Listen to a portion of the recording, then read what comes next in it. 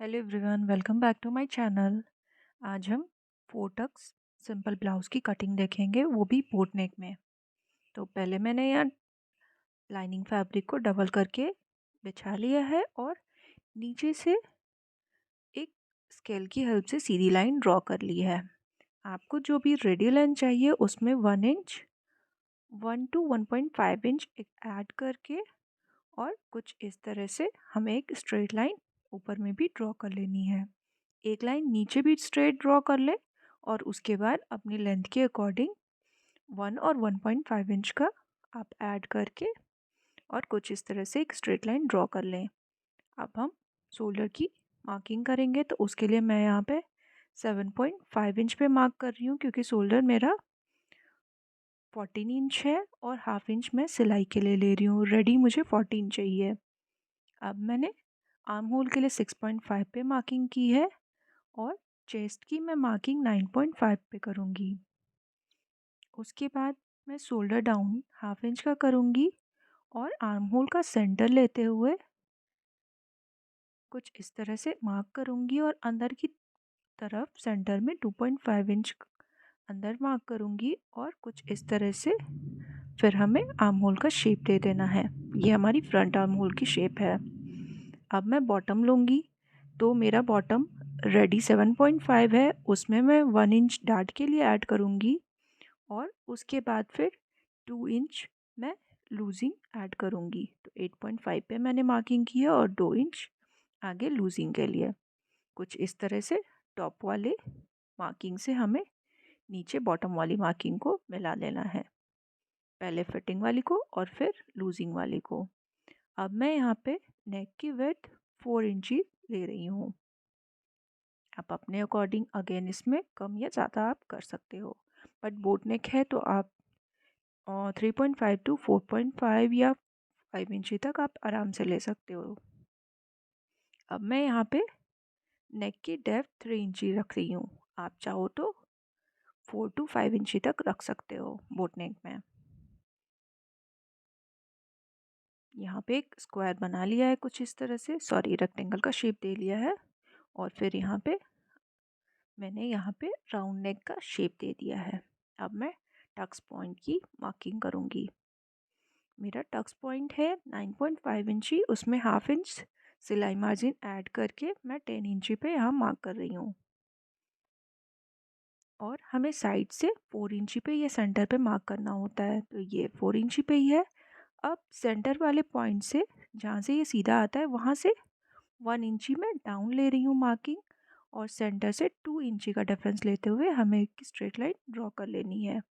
वैसे ही 2 इंच का डिफरेंस लेके हमें नीचे भी एक स्ट्रेट लाइन ड्रॉ करनी है और इस साइड में हाफ इंची का ये डार्ट रेडी करूँगी। नीचे हमने 1 इंच एक्स्ट्रा लिया है तो 1 इंच करेंगे और यहाँ आर्म होल के पास कुछ इस तरह से हमें शेप देना है।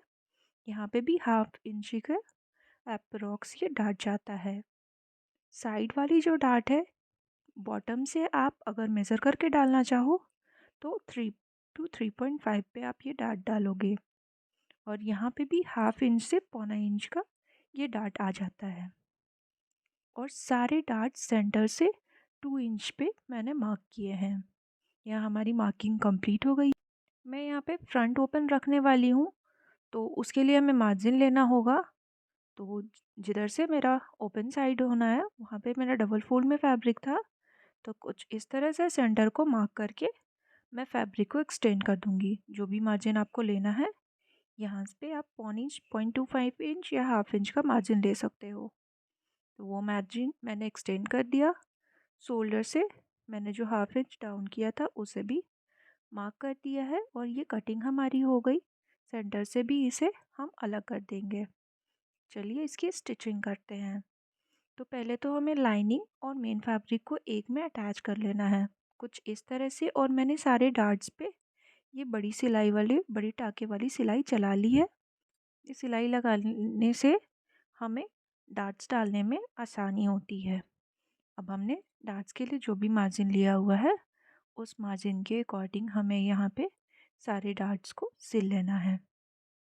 मैं यहाँ पे साइड डार्ट से स्टार्ट कर रही हूँ और ऐसे ही हमें दोनों ही पार्ट में ये डार्ट्स लगा लेने हैं।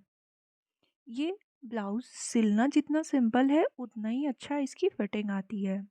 तो एक बार आप सिंपल ब्लाउज़ भी सिल के ज़रूर ट्राई करें और इसकी फिटिंग से आप बहुत ही खुश हो जाएंगे। और इसे इस सिंपल ब्लाउज़ में ये बेनिफिट है कि आप लूज़ जब करते हो तो ये उसके बाद भी फिटिंग बहुत अच्छी आएगी। बाकी प्रिंसेस कट वगैरह में जो होती है वो हमारे शेप के अकॉर्डिंग ही होती है, तो थोड़ा लूज़ या टाइट करने पे थोड़ा सा प्रॉब्लम आता है। और ये सिंपल ब्लाउज़ जब आप सिलोगे पोटक्स वाली तो इसमें आपको ज़्यादा प्रॉब्लम नहीं आती है लूजिंग करने में या टाइट करने में।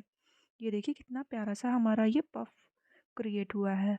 अब इसमें जो भी ये हमने स्टिच लगाई हुई थी रफ वाली उसे मैं सारे थ्रेड्स को निकाल लूँगी। और ऐसे ही दोनों ही पार्ट्स को हमें कंप्लीट कर लेना है। वीडियो पहली बार अगर देख रहे हैं तो वीडियो को लाइक करें और चैनल को सब्सक्राइब कर लें, ताकि ऐसे ही और भी वीडियोस को देखने को आपको मिलती रहें।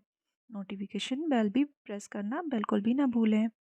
ऐसे ही जो भी ये बड़े वाले टाँके मैंने चलाए रखे थे उसे मैं निकाल लूँगी और उसके बाद हम हुक आई और बटन पट्टी लगाएंगे। तो चलिए ये मैं निकाल लेती हूँ और ऐसे ही मैं दूसरे पार्ट को भी कंप्लीट कर लेती हूँ। ये देखिए यह हमारा दोनों ही पार्ट कंप्लीट हो गया। अब यहाँ पे टक्स डालने के बाद ये साइड से थोड़ा फैब्रिक ये टेढ़ा आता है तो इसे हमें निकाल लेना है। दोनों ही पार्ट में ऐसा ही आएगा तो उसे हमें कट करके, इसीलिए मैंने एक्स्ट्रा लिया हुआ था क्योंकि वो सिलाई करने के बाद फैब्रिक ऊपर नीचे होती ही है।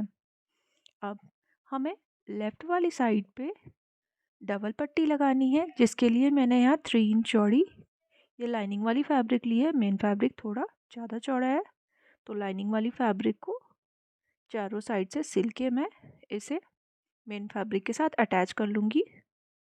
इसे फिनिश कर लेते हैं। इसे फिनिश कर लेने के बाद जो भी एक्स्ट्रा फैब्रिक है उसे कट करके हटा दिया था मैंने। अब मैंने यहाँ फ्रंट नेक लिया है, इसे मैं नॉर्मल लाइनिंग वाली फैब्रिक बाइस्ट फैब्रिक से डबल फोल्ड करते हुए कुछ इस तरह से हमें नेक पे लगा लेनी है।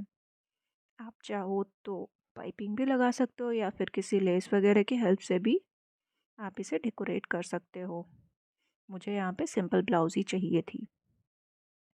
ऐसे ही दोनों ही नेक को हमें पहले ये डबल फैब्रिक करते हुए स्टिच लगा लेना है।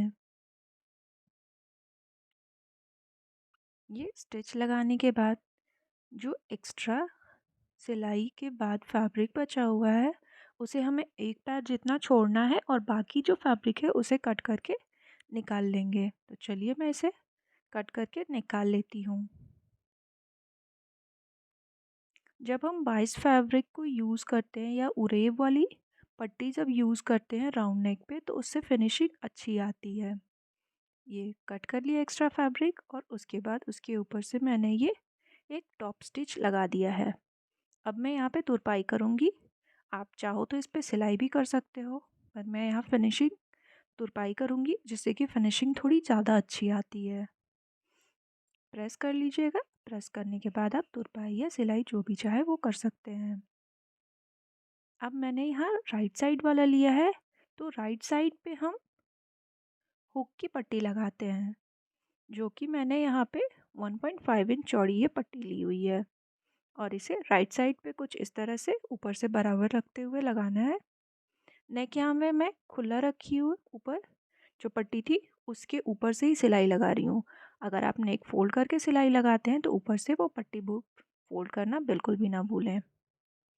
अब यहाँ पे मैंने एक टॉप स्टिच पे लगा लिया था और पट्टी और नेक पे मैं हेम करूँगी। हेम या तुरपाई जो भी आप बोलते हो। अब लेफ़्ट वाली पार्ट को हमें कंप्लीट करना है तो लेफ़्ट वाले पार्ट पे हमारे आई पट्टी या चौड़ी पट्टी हमारी लगती है, ये डबल पट्टी होती है। तो इसकी विड्थ मैंने 3 इंच रखी है और लेंथ अपने आप ब्लाउज़ के अकॉर्डिंग रखो। यहाँ से कुछ इस तरह से आप मेज़र कर लें, छोटा तो नहीं है, ये परफेक्ट है हमारा। अब मैं ऊपर से इसे रॉन्ग साइड पे टर्न करके ऊपर में टॉप स्टिच लगा लूँगी। आगे से आपको जितनी सिलाई करनी है वो आप 1 इंच या हाफ इंच जो भी आपने मार्जिन लिया हो वो आप छोड़ दें और कुछ इस तरह से ऊपर से सिल लें। अब रॉन्ग साइड पे राइट साइड वाला रखते हुए ये देखिए ऊपर से मैंने आगे से थोड़ी सी फैब्रिक खुली छोड़ी हुई है जो कि मेरी सिलाई में जाएगी। अब रॉन्ग साइड पे राइट साइड वाले को रखना है, नेक को फोल्ड कर लेना है और नेक के एकदम बराबर से ये हमारी सिलाई स्टार्ट होगी। आप जितनी बराबर से फैब्रिक और इसको पट्टी को रख के बला सिलाई लगाओगे उतनी अच्छी फिनिशिंग आएगी। अब ये जो कॉर्नर है उसे हमें अंदर की तरफ इंसर्ट करके राइट साइड टर्न कर लेना है और जो एक्स्ट्रा फैब्रिक है ऊपर से उसे हमें अंदर की तरफ फोल्ड करना है और इसके ऊपर टॉप स्टिच लगा लेना है। एक तो एकदम किनारी पे सिलाई लगा लेनी है और दूसरी थोड़ी अंदर की साइड लेते हुए एक पैर का डिस्टेंस लेते हुए हमें एक और सिलाई लगा लेनी है, जहाँ जिससे कि एक स्पेस बन जाता है हमारी आई के लिए। ये देखिए ये हमारा कंप्लीट हो गया।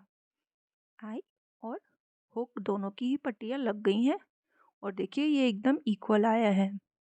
अब जो एक्स्ट्रा फैब्रिक नीचे है उसे हमें कट करके निकाल देना है और नीचे पट्टी पलट के लगा लेनी है। तो यहाँ नीचे पट्टी के लिए मैंने ये 1.5 इंच चौड़ी पट्टी ली हुई है और स्टार्ट से हमें ये फोल्ड कर लेना है हल्का सा और उसके बाद रॉन्ग साइड पे टर्न करके डबल फोल्ड करके सिंगल फोल्ड करेंगे और एक टॉप स्टिच लगा लेंगे कुछ इस तरह से। ऐसे ही हमें दूसरा पार्ट भी कंप्लीट कर लेना है और इसके बाद इसे फोल्ड करके आप तुरपाई चाहो तुरपाई कर लो या सिलाई चाहो तो आप सिलाई भी लगा सकते हो। और ये रहा हमारा फाइनल ब्लाउज़ का लुक। ये देखिए कितना परफेक्ट पफ क्रिएट हुआ है। Thanks for watching.